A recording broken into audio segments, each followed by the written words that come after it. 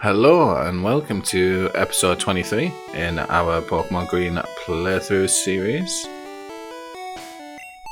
Last episode seen us grinding out some of the routes. We managed to get up a lot of levels. Just change them around. Ivysaur level 30, our Ninetales level 30, Pidgeotto 31, Nidoking 31, Gyarados 31, and obviously our Kadabra 31. We obviously have 4 badges now. And without further ado, we're going to head to an area in this episode that brings back a lot of nostalgia for me as well. We will be doing a little task for this guy, so remember where this house is.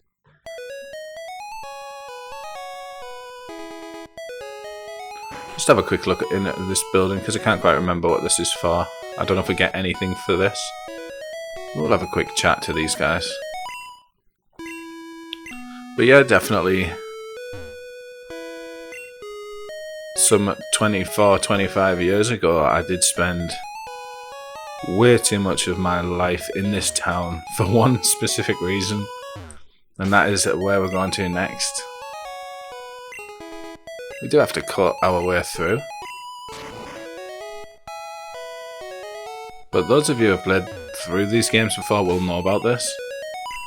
It got removed from the later games, which is a shame. I don't know why, but this is, of course. Well, it's called Hunting Plain, this loosely translated version, but it is the Safari Zone. So, of course, when you enter, you do have to pay a fee, of course, to be able to go in, and it's $500. We've got nearly 60,000, so we've got more than enough for a few turns. There's a lot of Pokemon that you can only catch in the Safari Zone in these games, so you will need to do it not only to progress the story, to get a couple of secret moves or HMs, you do need to come in here. And obviously if you were wanting to complete the Pokedex, then you'll definitely need to head in this area. It kind of works a little bit different to normal battles. You won't be using any Pokemon. We do see a Parasect. So you kind of only have a few options. You've got Hunt, which is like a Pokeball. You do see we have 30 of those. Then you've got Bait, which stops them from fleeing, and Stones, which make them easier to catch, but they are more likely to flee. So Pokemon like this, that are like an evolved form, you're not going to catch like just by throwing Pokeballs like this at them. You basically have to use a bait or a stone. Obviously the bait will stop them from fleeing, but if we throw a stone, it makes it easier to catch. Generally for stronger ones, I'd recommend 2 stones before you start throwing Pokeballs. You see he gets angry. But if you don't manage to catch him, then they will eventually flee, of course. Now you only have a limited amount of steps as well in the Safari Zone. That being 500 steps. If you press the like start menu and open it up, it will count you down how many steps you have remaining out of 500.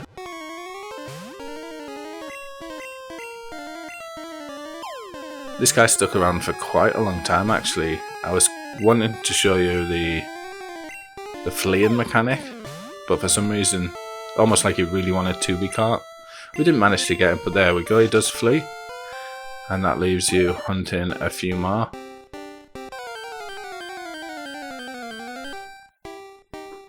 Do you see Pokemon like Execute?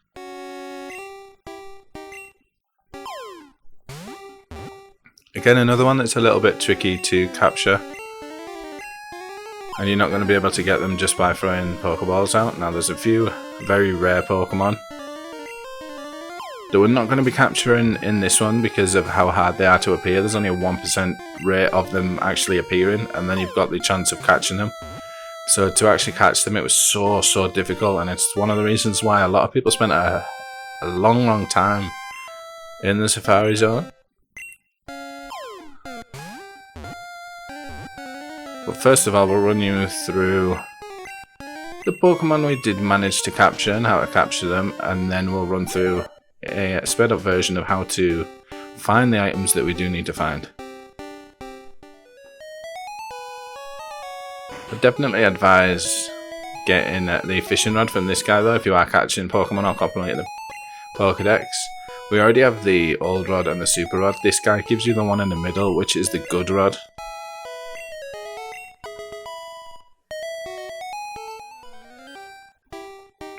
First Pokemon that we did manage to capture was a Nidorino. We already do have the female Nidoran, but just to save us having to level up, I thought it would be nice and easy to just grab ourselves one of those through the playthrough.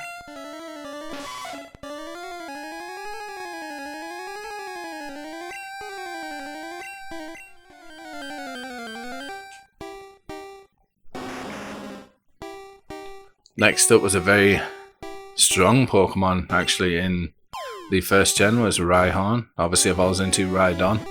No Rhyperior in this version though. Definitely a good addition. But we can actually get this one somewhere else, which we will be seeing later on in the playthrough. Third was our Parasect, we managed to capture.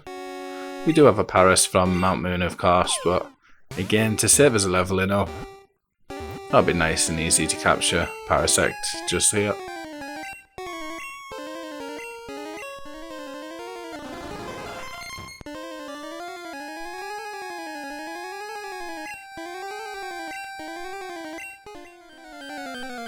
Fourth Pokemon was our Execute. Again, a little bit tricky, so you do have to use a stone, as we see jumps out after the first try if you just try and capture him. One can do it with this type of Pokemon, as we see there.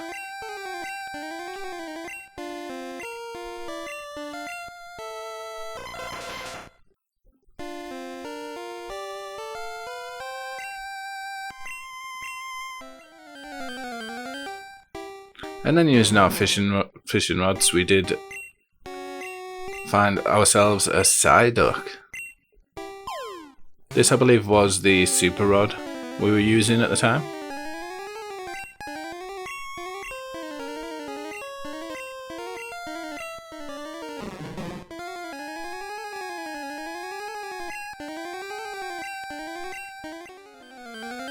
Then again with the super rod we managed to find ourselves a Slowpoke.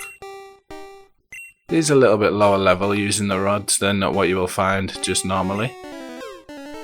This generally takes 2 rocks to capture.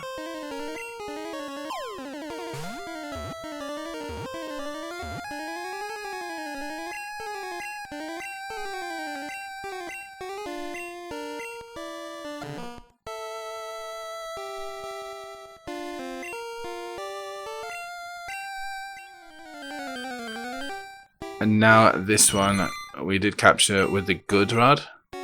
Only 2 Pokemon available with the good rod, one being Poliwag and the other one being Goldeen.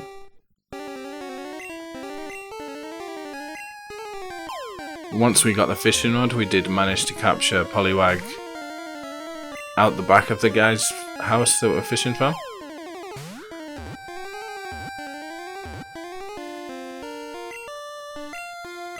But yeah, definitely worth noting it's a 50-50 chance between Goldeen and Poliwag using the good rod.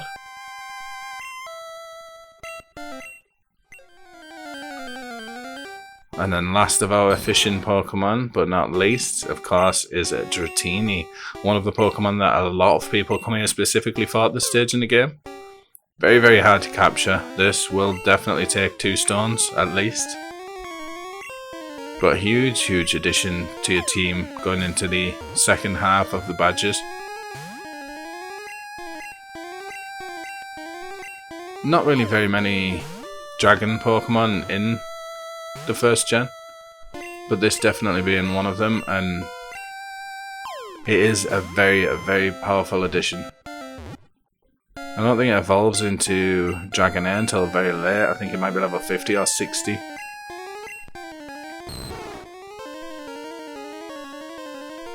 But but definitely worth knowing where you can get it from. Now, some that we didn't capture because they are more readily available in Pokemon Yellow, but are there, of course, is Chansey. The 1% chance of spawning it has, and if you do try and throw a Pokeball, it will dodge it, so you do have to throw rocks first. Now, Pinsir is the one available in this game, but is version exclusive, so Scyther being the other one in the other game.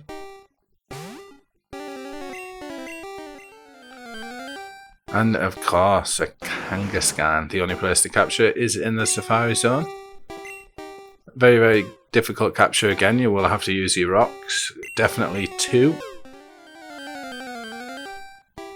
And then obviously a Tauros. Again, the only place it can be caught is in the Safari Zone. And again, this one flees quite a bit, but it definitely needs 2 rocks. And now our sped up playthrough to find your items.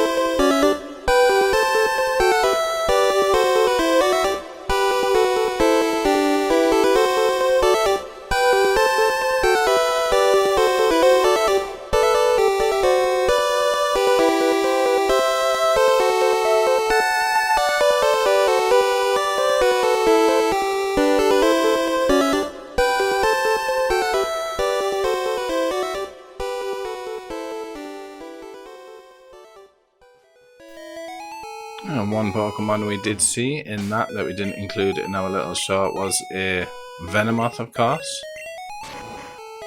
Can be caught. There's 2 items that we need to take note of. One is the gold teeth, which belong to the guy that we're taking to now, but we did see us get Surf as a prize for making it that far in the Safari Zone.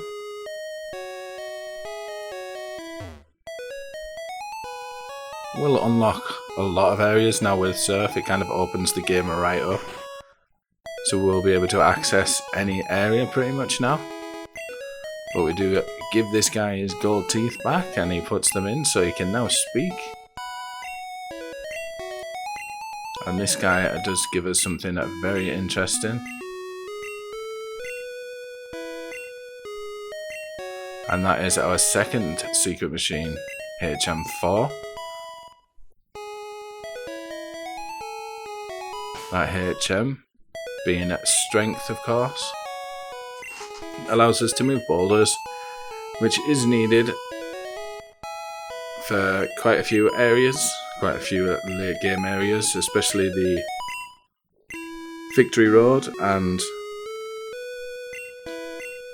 I believe Seafoam Islands uses it as well.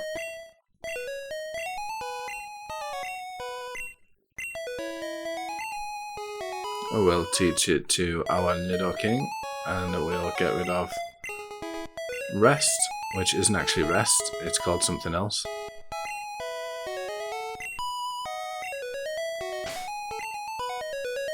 As you see, if we use force or strength, it allows us to be able to just walk into these boulders and push them out of the way nicely.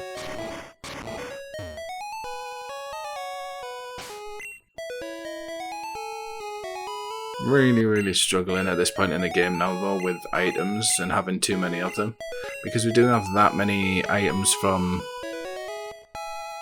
I won't say missions, but parts of the storyline that you just simply can't discard or get rid of.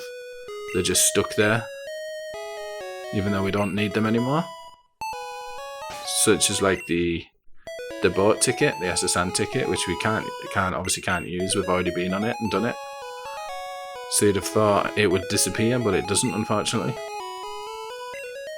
We just use that rare candy on Ninetales just to free up a spot on our items.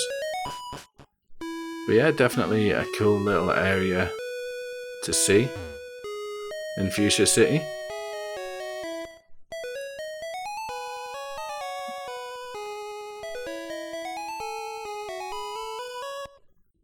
Yeah, we'll just head back now because that will be the end of the episode, and as we see, we will be heading into Fuchsia City Gym to take on its gym leader. Yeah, as always guys, thanks very much for watching, and I hope to see you in the next one.